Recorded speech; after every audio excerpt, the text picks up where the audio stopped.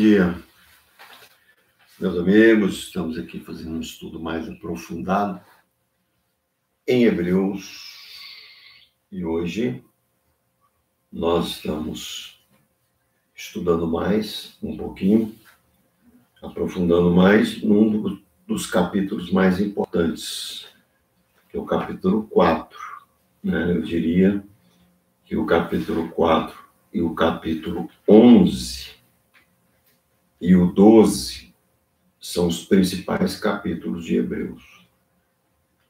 No entendimento, sim, para a sua vida prática. O capítulo 4 é fantástico. Você vai aprender agora como que, se você encontrar aí com adventista, vocês não estranham passando a mão no cabelo, senão é porque eu esqueço de pentear mesmo, tá bom? É isso aí, meu amigo. A coisa mais chata do mundo é ser normal, tá? Normal é uma doença neurótica chamada normose. Então não seja normal.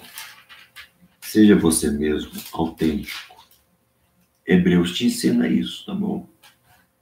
Então, o capítulo 4 de Hebreus, na verdade, eu sempre faço um pequeno resumo, né? Nós vimos no capítulo 1 a grande beleza de ser de Cristo, do ser de Cristo, falando conosco que ele é maior do que todas as coisas, inclusive que aos anjos do céu, e que ele está muito acima do tempo, muito acima do espaço, e que com essas coisas tão paradoxais para nós, ele ultrapassa-as, porque a mente de Deus é fantástica, né? Lembrando vocês, Deuteronômio 29, 29. As coisas conhecidas pertencem ao homem, mas os mistérios pertencem a Deus. Por isso que eu gosto mais da filosofia cristã, né? Eu sou muito mais ligado, leio muito mais a filosofia cristã do que a teologia cristã. Eu acho a teologia muito quadradinha, muito colocada numa telinha, né? Muito dentro da tenda, como quando Abraão, Gênesis 15. Eu acho que a filosofia sai mais para olhar as estrelas. Logicamente, filosofia cristã com o princípio básico que a Bíblia é a palavra de Deus, né? Sem esse princípio não adianta teologia nem filosofia. Aliás, teologia não é uma coisa só cristã. Você tem a teologia hindu, você tem a teologia budista, né? Não ficou, esse nome teologia é ligado ao cristianismo, porque se usa mais. Então, em Hebreus agora, você tem que prestar bastante atenção nesse capítulo, porque muita gente fica voando no capítulo 4 de Hebreus. Leu a vida inteira e não compreendeu. Mas é porque realmente ele é difícil. Não é porque você não é inteligente, não. E não é porque também você não tem a revelação de Deus. É que realmente você tem que prestar muita atenção nas vírgulas. E aonde o escritor de Hebreus aqui, quer seja Apolo, quer seja Barnabé, quer seja Paulo, ele centraliza o capítulo 4, o capítulo 7, o capítulo 11, o capítulo 12, eles soltam as máximas, assim, fantásticas. Soltam as máximas que voam como setas de pensamentos. E eu vou dizer uma coisa para vocês. Eu já li muitos filósofos difíceis. Eu vou citar dois deles que você talvez não teria paciência de ler. Um Nietzsche, o outro pior ainda de ler, Lacan. E vou dizer para vocês, eles escrevem numa subjetividade tão grande no estilo barroco, tão profundo, porque eles acham que o conceito tem que ser muito profundo para que você possa elaborá-lo. Então, eles escrevem numa leitura muito científica, uma escrita muito científica. A Bíblia consegue ter muito... Tadinho do Lacan, né? Eu gosto muito de Lacan, tá? Eu sou psicanalista, gosto muito de Lacan, gosto muito de Freud, claro, né? E gosto muito de Jung, apesar de ser uma escola um pouco separada, mas o meu conhecimento maior é de Freud e Lacan. Mas coitado de Freud e Lacan frente à Bíblia.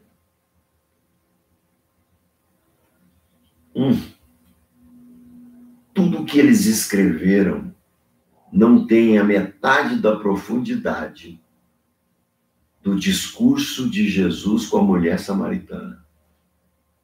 Não vou te falar mais nada, só isso. Porque a Bíblia, a profundidade dela não está na letra em si, está na revelação. Vou falar aqui pertinho para você, ó. Está na revelação do Espírito. Ó, sabe quando ele fala lá em Filipenses, a paz que excede o entendimento? E tem alguma coisa em nós que excede. O capítulo 4 tem muito a ver com isso. No capítulo 4, Paulo vai, o apóstolo, Paulo, o apóstolo, ou o Apolo, o grande mestre, né, das Escrituras, o pregador, vamos dizer assim, um Spurgeon do primeiro século, né, eloquente, homem culto, era Apolo. Se é ele ou se é Paulo, se é Barnabé, não sabemos. Mas ele tem uma overdose maravilhosa, né? Overdose é uma palavra negativa, porque se lembra as drogas. Mas eu quero enfatizar o over, quer dizer, muito. Né? É uma dose maior. Nós temos uma dose maior aqui no capítulo 4. Nós temos um plus, um ex, que precisa ser revelado.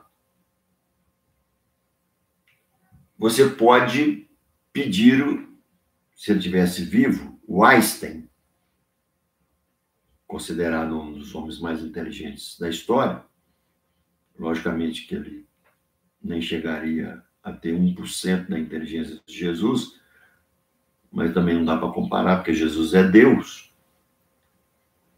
Ele era um judeu, então vou pegar dois judeus para você. Freud, viveram na mesma época, parece que se encontraram. O Freud era bem mais velho do que o Einstein, acho que coisa aí de 15 a 20 anos mais velho, no mínimo. Você pode pegar Einstein, Albert Einstein, Sigmund Freud, dois judeus, que leram quando crianças, porque o judeu ensina a criança a ler a Tanakh, quer dizer, o Velho Testamento, a Torá, os 5 primeiros livros, e colocá-los para ler no Novo Testamento, o capítulo 4. Se eles não tiverem uma revelação e uma ajuda do Espírito Santo, eles não vão entender. Assim também eu só vou fazê-lo entender para você porque eu tive essa ajuda. É doido. Deus é doido. Que legal, né? Que Deus não é careta. Já pensou se Deus fosse careta? Camisinha abotoadinha no punho, calça tergal, sapato Vulcabras, meia calça azul marinho com meia azul marinho. Amigo, se você acha que Deus é esse Deus aí, você vai ter uma decepção lá no céu, você vai falar assim, aleluia, eu estou no céu, mas Senhor, como eu fui bobo na terra. Porque Deus é inteligente, amigo, Deus é bem inteligente, olha, Deus fez cada um diferente, cara. Glorie-se, fique alegre na diferença. Fique alegre que tem gente diferente com você. Fica alegre porque tem batista que é batista, que tem aquele jeito de batista. Fica alegre que presbiteriano e presbiteriano tem aquele jeito de presbiteriano. Predestineriano, né? Fica alegre na Assembleia de Deus, porque a Assembleia de Deus tem aquele jeito de Assembleia de Deus. E agora tem um monte de Assembleia diferente uma da outra, né? Antigamente tinha todo mundo do mesmo nível. Igualzinho. Você sabia quem era a irmã da Assembleia de Deus. Você sabia o irmão pastor da Assembleia de Deus. Você sabia que todo mundo que chamava Isaías, Ezequiel, Obadias e Oséias era filho de um casal da Assembleia de Deus. Que só punha esse nome quem era da Assembleia de Deus. Abacuque. Olha que covardia, um menininho, pequenininho, você passa a mão nele e fala assim, Abacuque, você é tão lindo. Era filho de um casal da Assembleia de Deus. Eles punham...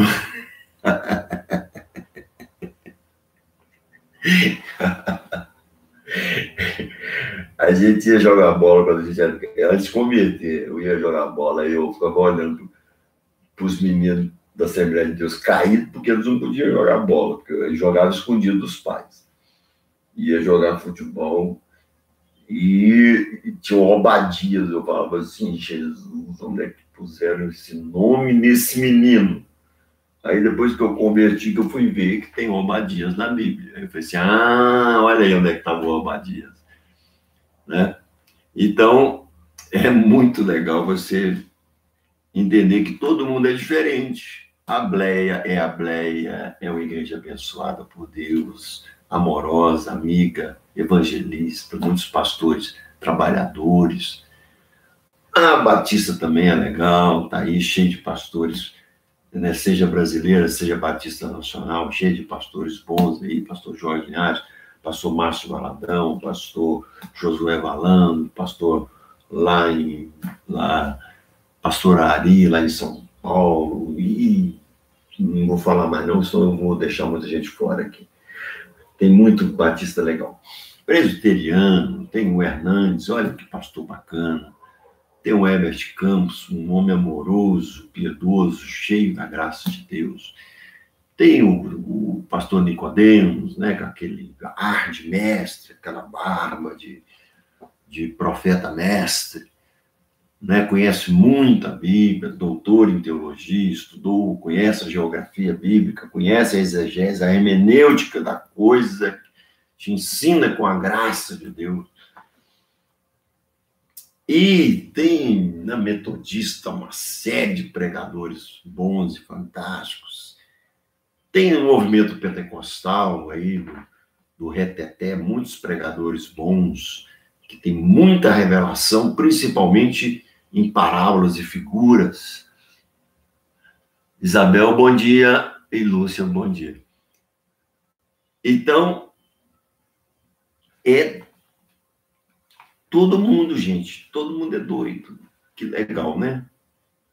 Também que Deus é, né? Então, vamos começar.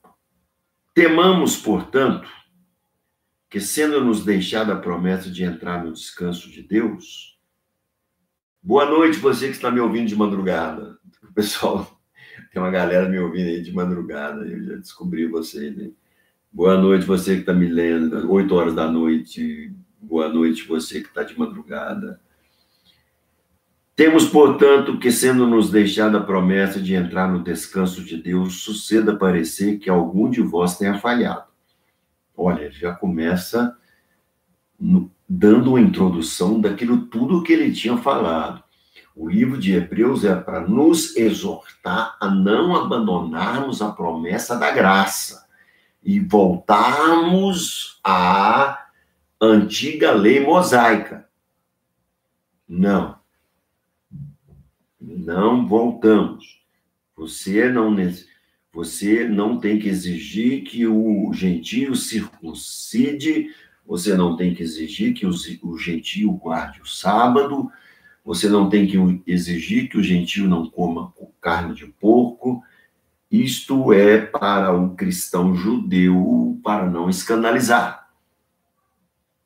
Porque mesmo Paulo, quando estava longe dos seus patrícios, ele não utilizava a lei na sua integridade, na sua íntegra. Porque agora também a nós foram anunciadas as boas novas. Por que também foram anunciadas? Porque boas novas foi anunciada na lei, o evangelho foi anunciado na lei, só que eles não entenderam. Agora Jesus abriu o verbo total das boas novas. Entenderam? Porque o Novo Testamento ele está totalmente escrito no Velho. Você tem que ter a revelação de achá-lo. Amar a Deus acima de todas as coisas e o próximo como a ti mesmo, está lá em Êxodo e está em Levíticos. Levíticos 19, você vai ver que nós temos que amar o próximo como a nós mesmos. Tudo que Jesus falou no Sermão da Montanha está no Velho Testamento. Lê Isaías, lê Salmos, lê Samuel, lê Davi. A revelação de Davi, meu irmão, é tão profunda que ele enxergava Jesus 1400, deixa-me ver, 1000 anos, 1000 anos, após mais ou menos 1000 anos, ele enxergou a graça lá na frente ao ponto de fazer um tabernáculo que não tinha véu. Davi, Geduntum, Emã, Asaf, Kenanias, chefe dos cantores, adoravam a Deus diante da arca. Segunda Crônicas 1. E o tabernáculo de Moisés ficou lá no Monte Gibeá, sendo respeitado também, sendo respeitada a lei. Mas Davi entende a graça. Davi fala, disse o Senhor ao meu Senhor. Quer dizer, disse o Deus Pai ao Deus Filho. Davi entendeu tanto a graça que pelo pecado que ele fez com Batseba era para ele ter morrido. Mas o entendimento da graça dele era tão grande que ele não morre. Também porque ele era rei, quem quer matar o rei? Tá entendendo? Ninguém é doido de cumprir a lei matando o rei ali, né? Mas pela lei ele tinha que ser morto.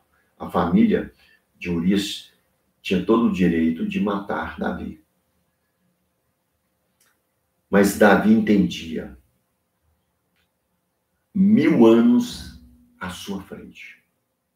A cabeça de Davi estava 1000 anos à frente do seu tempo. Ele já entendia o cordeiro do sacrifício, por isso que ele fala, ofertas de sacrifícios de gados, de boi, ofertas miúdas e alçadas não quisestes, mas um coração arrependido. Um coração arrependido.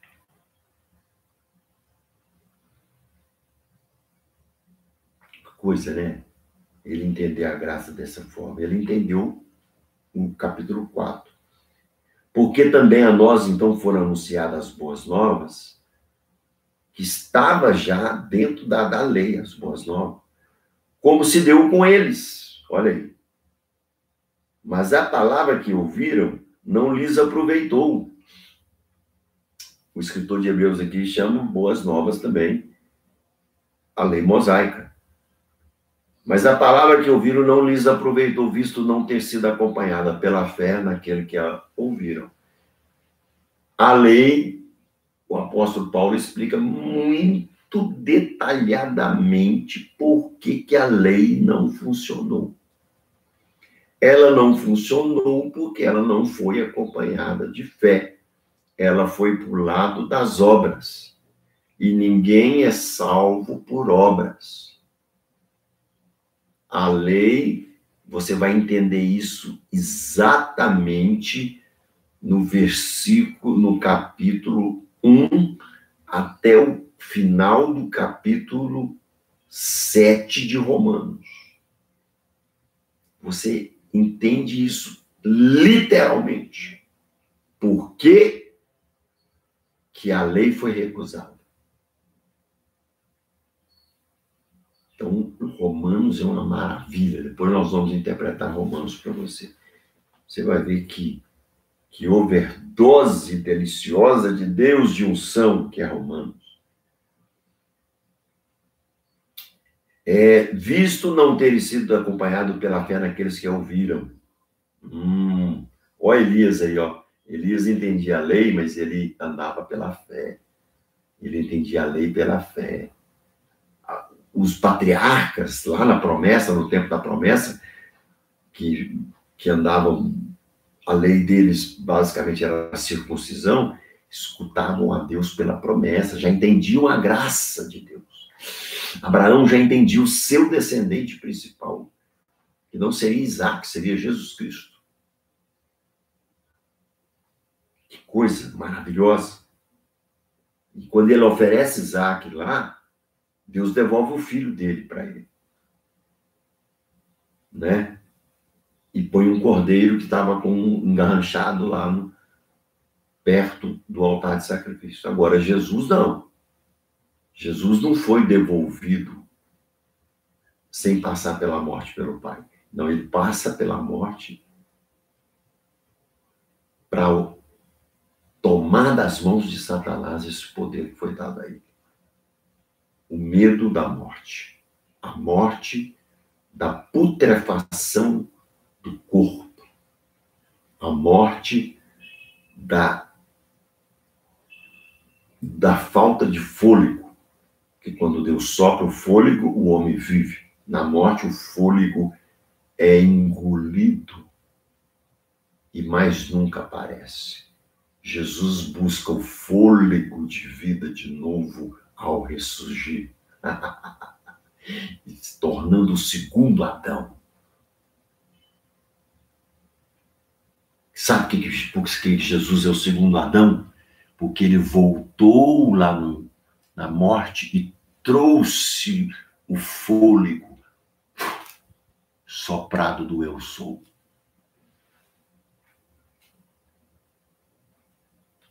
Então, esse fôlego nos traz a graça. Também está aqui no capítulo 4. Vou te mostrar daqui um pouquinho.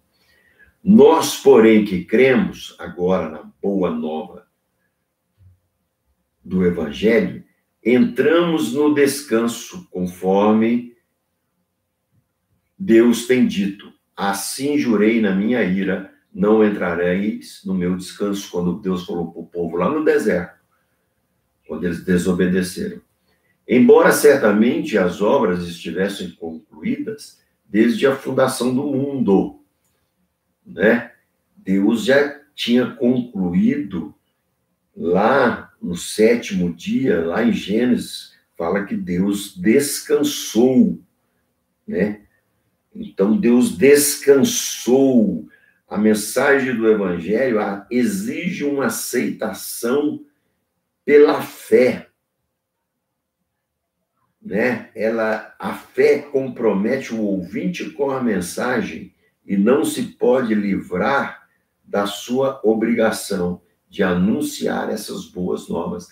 Então, essa fé que é embutida em nós como boas novas, ela traz dentro dela para nós o descanso, que é o tema do capítulo 4.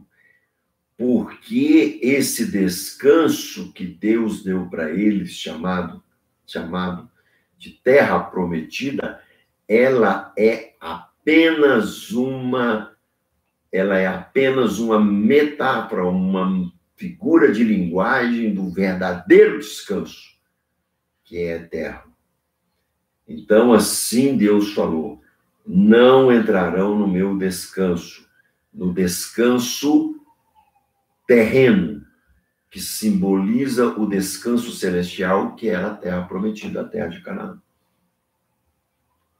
Versículo 4. Porque em certo lugar, assim disse no tocante ao sétimo dia. E descansou Deus no sétimo dia de todas as obras que fizera, não é? Aonde que Deus está falando isso? Lá em Gênesis, no Salmo 95:11 fala, e Gênesis 2:2 fala sobre o descanso de Deus, porque Deus entrou num descanso. E Deus quer que você vá participar no céu com ele desse descanso. Ele não quer que você não participe desse descanso. Ele está te esperando, ou já está conosco lá, não sabemos o quão misteriosa é a mente de Deus na questão do tempo. De repente, nós já estamos vivendo num tempo, tempo de Deus lá. E enquanto passamos aqui nesse tempo atrasado, tudo pode acontecer nesse nível aí, meu amigo. Né? Então, se você estudar um pouquinho de física quântica, você vai ver o quanto que o mundo é doido, tá? Não é só lá no céu, não. Tem umas coisas loucas aqui embaixo da terra também. Então, no tocante ao sétimo dia, Deus falou, né, não entrarão no meu descanso, referindo-se lá ao sétimo dia. No sexto dia, ele criou o homem. No sétimo dia, ele descansou. Então, esse povo que estava no deserto, eles não entrariam no descanso de Deus. Quem entrou na figura do descanso de Deus foi apenas Josué e Caleb. Visto, portanto, que resta entrarem alguns nele e que, por causa da desobediência, lá no deserto, muitos não entraram. Aqueles que anteriormente foram anunciadas as boas novas. Qual boas novas? Estou levando vocês para o descanso, Moisés. Mas agora vocês não entrarão no meu descanso. Lá na passagem dos espias, lembra? Que quem creu no descanso foi só Caleb e Josué. Vocês não entrarão no meu descanso. Vocês foram rebeldes à causa. Vocês se rebelaram contra Moisés, rebelaram contra a água, rebelaram contra a carne, rebelaram contra o calor, rebelaram contra roupas, rebelaram contra, até lembrar dos pepinos que eles comiam no Egito. Quando eram escravos, eles pecaram. Então Deus falou assim, não entrarão no meu descanso. Agora ele vai explicar para nós o que é o verdadeiro descanso. Versículo 6. Visto, portanto, restarem alguns nele e que por causa da desobediência não entraram aqueles aos quais anteriormente foram anunciada as boas novas, de novo determina num certo dia, hoje, lá no tempo de Davi, ele vai falar isso, hoje, falando por Davi muito tempo depois, segundo antes fora declarado, hoje, se ouvires a sua voz, não endureçais o vosso coração. Ora, ora, portanto, contudo, se Josué lhe houvesse dado o descanso verdadeiro, se fosse a terra prometida, hoje era só nós íamos de excursão para Israel e entraríamos no descanso. Ora, se Josué houvesse dado para eles um descanso, Davi não falaria posteriormente a respeito desse dia. Davi é muito posterior a Josué. Muito posterior a Josué.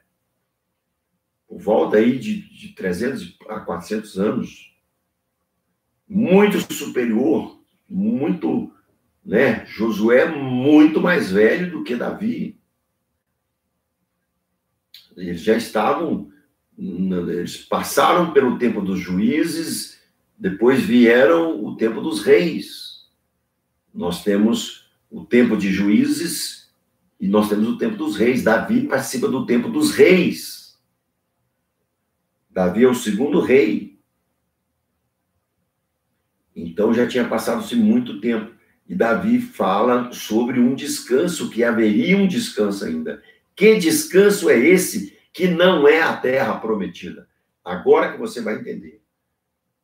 Portanto, resta um repouso, resta um descanso para o povo de Deus. Aquele descanso do sétimo dia, lá de Gênesis, não é Israel, não é a terra prometida. Resta, porém, um repouso. E não é o sábado, tá? O sábado é apenas uma figura dele. A terra prometida é apenas uma figura dele. O livro de Hebreus é uma figura da graça. É uma interpretação da lei com os óculos da graça.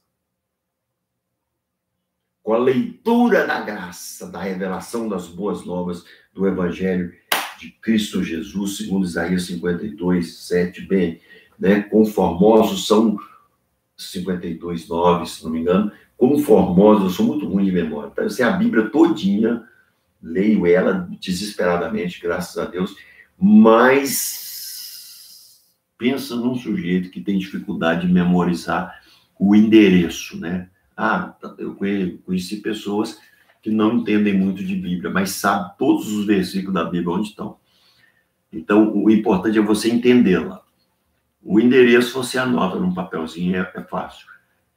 Olha, Isaías fala 52, bem-aventurados os pés que anunciam as boas novas, falam de paz. Então, agora, portanto, um repouso resta para o povo de Deus. Versículo 10. Porque aquele que entrou no descanso de Deus, também ele mesmo descansou de suas obras, como Deus das suas. Quem entra no descanso de Deus, entra no descanso total de Deus e repousa no descanso de Deus. Quem é esse? Refere-se ao descanso simbolizado pelo sábado, providenciado simbolizado pelo sábado, mas providenciado pela morte e ressurreição do Cordeiro. Esse repouso não é terreno, esse repouso é celestial. Ele é usufruído, uma parte dele, pela fé. João 14, de 2 a 24.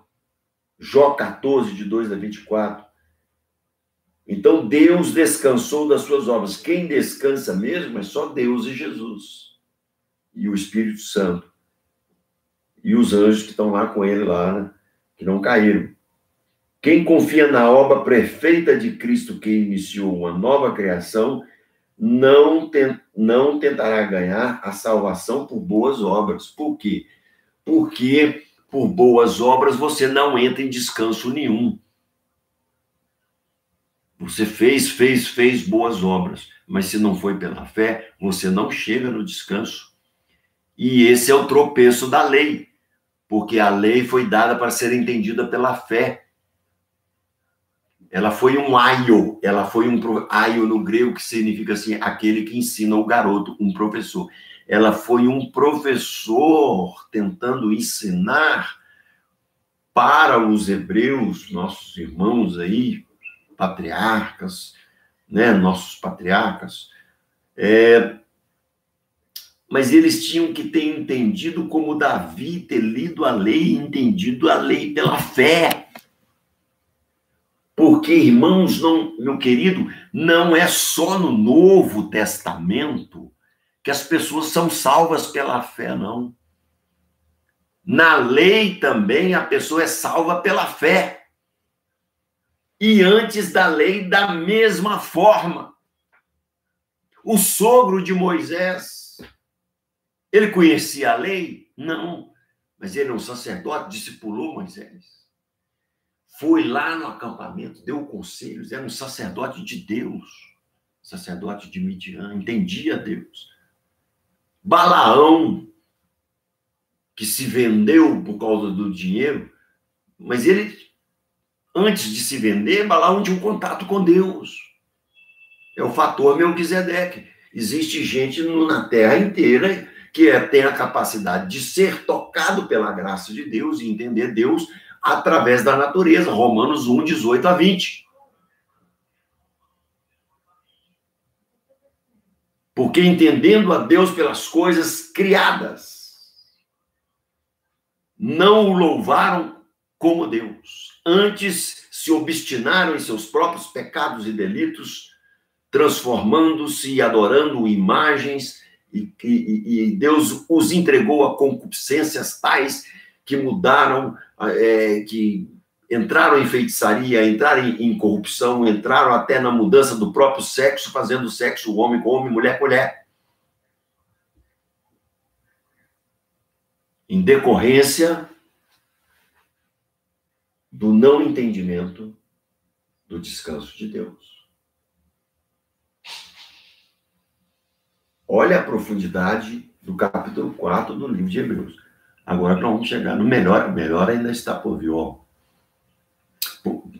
Esforcemo-nos, pois, já que quem entrou no descanso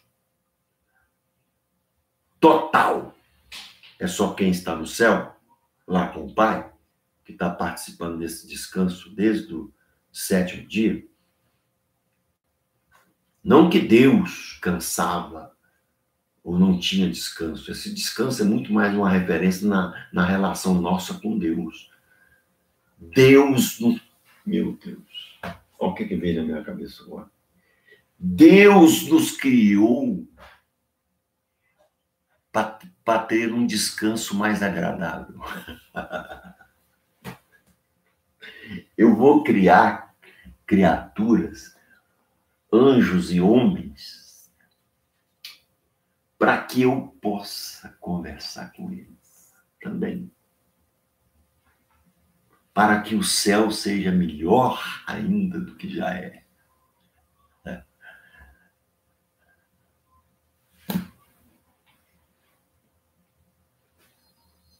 vou falar nada para você não. Vai pensando nessa aí. Amanhã você me fala. Põe nos comentários aí. Esforcemos-nos, pois, por entrar naquele descanso celestial, né? A fim de que ninguém caia segundo o mesmo exemplo de desobediência, assim como a geração de Josué e Caleb não entrou na terra prometida. Você que recebeu o Senhor Jesus Cristo e volta atrás na sua decisão, não entrará no descanso celestial. É isso que ele está dizendo. Porque a palavra de Deus é viva. Não brinquem. A palavra de Deus é viva e eficaz. Não brinquem com essa palavra. Teólogos, filósofos, galerinha do YouTube, de Instagram, de Facebook, cuidado. Não brinquem com essa palavra. Ela é a palavra de Deus. Ela salva, mas ela é uma espada que pode matar o seu espírito. Ela é uma espada de bênção para quem nela mergulha. E uma espada de juízo para quem nela ensoberbece e cai nas mãos de Satanás. Então, a palavra de Deus é viva e eficaz e mais cortante do que qualquer espada de dois gumes, penetra ao ponto de dividir alma e espírito, juntas e medulas, e apta para discernir os pensamentos e propósitos do homem. Olha aqui a feitura do homem, né? A trindade humana, de que ele é feito, corpo, alma e espírito. Ela penetra na sua alma, ela penetra nas suas juntas e medulas. Quando você ora com o enfermo, a palavra aí penetra nas juntas e medulas, curando aquelas pessoas, no estômago, no câncer, no Covid, em qualquer lugar. Ela é apta para discernir os pensamentos na razão. Olha a alma aí. A razão, os sentimentos e a razão pertencem à alma. E os pensamentos. Apta para discernir os pensamentos e os propósitos do coração. O coração, na Bíblia, é o seu espírito. Uma hora é seu espírito, uma hora são as suas emoções. A Bíblia joga muito dependendo da exegese do texto. Então, resta um descanso. Resta um descanso. Nós temos aqui 40 minutos. Terminamos mais cedo hoje. Resta um descanso da graça de Deus. Resta um descanso. Não é Israel que é o descanso. Como território, eles estão tentando resgatar tudo como era no tempo de Josué, né? Deus deu exatamente a medida da terra para eles. Ao norte vai até Tatá, abaixo da Síria. Ao norte, no Oriente, né, ao noroeste, vai até perto do Tigres e da Mesopotâmia. Ao sul tem a Transjordânia, né, dividida pelo Rio Jordão, ao oeste, aliás. A leste está o Mar Mediterrâneo, e ao sul tinha o Monte Sinai dividindo com o Egito. Deus tinha dado todo esse formato, né? O Estado de Israel é como um retângulo em pé. Um retângulo em pé. Dividido em 12 tribos. Bem ao sul, a primeira tribo é Simeão. Acima de Simeão, quase perto de Jerusalém, tinha os montes de Judá. Ao lado de Judá, pegando já Jerusalém, vinha Benjamim. Não me recordo totalmente. Manassés, um pouco descendo para onde é Tel Aviv hoje, onde é a Galileia hoje, era Zebulon. Tinha a metade de Manassés que era na terra, na Transjordânia. Ruben era na Transjordânia. Enfim, você tinha toda uma disposição das tribos, que não me recordo totalmente agora, possível de recordar completamente, com o mapa agora. O mapa está na minha cabeça, né? E os danitas, que foram os últimos a tomar um pedaço de terra, que foi a tribo última a ter a sua terra. Vai ter alguns anos depois que Josué entrou ali. Então, esse não é o descanso. Eu influencio vocês e aconselho a vocês a irem em Israel. É uma emoção única você chegar aonde Jesus falou o sermão da montanha e deixar o vento bater nos seus ouvidos e pensar que a voz nunca para de estar no nosso meio. Você sabe disso, né? As ondas que Jesus falou, elas ainda estão por aí. Se nós tivéssemos um aparelho sensível capaz de captar aonde estão essas ondas, você ouviria a voz de Jesus no seu rádio. As ondas não morrem,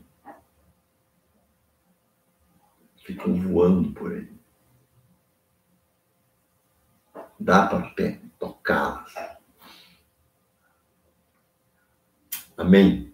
Você pensou tudo isso no capítulo 4 de Hebreus? Pois é, isso tudo está no capítulo 4. Então prepare amanhã, chama o teu amigo, fale com alguém para ao vivo aqui, ou veja de madrugada, 8 horas, 7 horas, sei lá. E vê também quem quiser ver, eu não estou preocupado com visualização, não, tá? Vê quem quiser ver, quem não quiser ver, estuda lá com o seu pastor, né? Faz um curso de teologia. Eu faço isso aqui por amor, porque eu gosto. Porque também, se eu não pregar para você, eu fico. Nem que eu pegue minha mulher, põe ela em cima na cama lá e prego para ela, de tanto de Bíblia que eu tô com ela. Eu faço tem semanas que eu faço contando com Zoom, e eu prego no mínimo de 7 a 8 vezes. Graças a Deus. Fora as músicas que eu fico cantando aqui em casa no meu violão. Fiz uma música ontem, depois vou cantar para vocês. Meu livro está aí na Amazon ou no meu WhatsApp, tá? Meu WhatsApp está aí no YouTube também, você vai achar ele. Tá aí, ó. Sobrevivi ao Covid. Testemunho meu e da minha esposa. Faça o seu pedido. R$10. Compra só um não, cara. Compra uns 5 aí, dá para 10. O pessoal compra de 5, de 10. Tá bom? Não esqueça de... Eu tenho poucos inscritos aí no canal, porque eu comecei a trabalhar com o YouTube há pouco tempo atrás. Mas eu vou explicar uma coisa para você. Aí no canal, se você for no... Eu dividi tudo aí, ó. Pastor Silvério Pérez novo, cabeludo, tocando rock, ganhando jovens aí pelo Brasil com a banda Axa.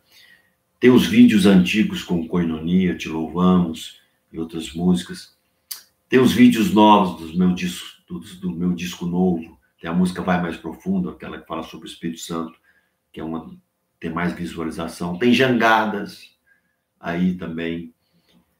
Tem um clipe do meu CD, tem as minhas músicas do meu disco, só não tem clipe, mas elas estão aí também.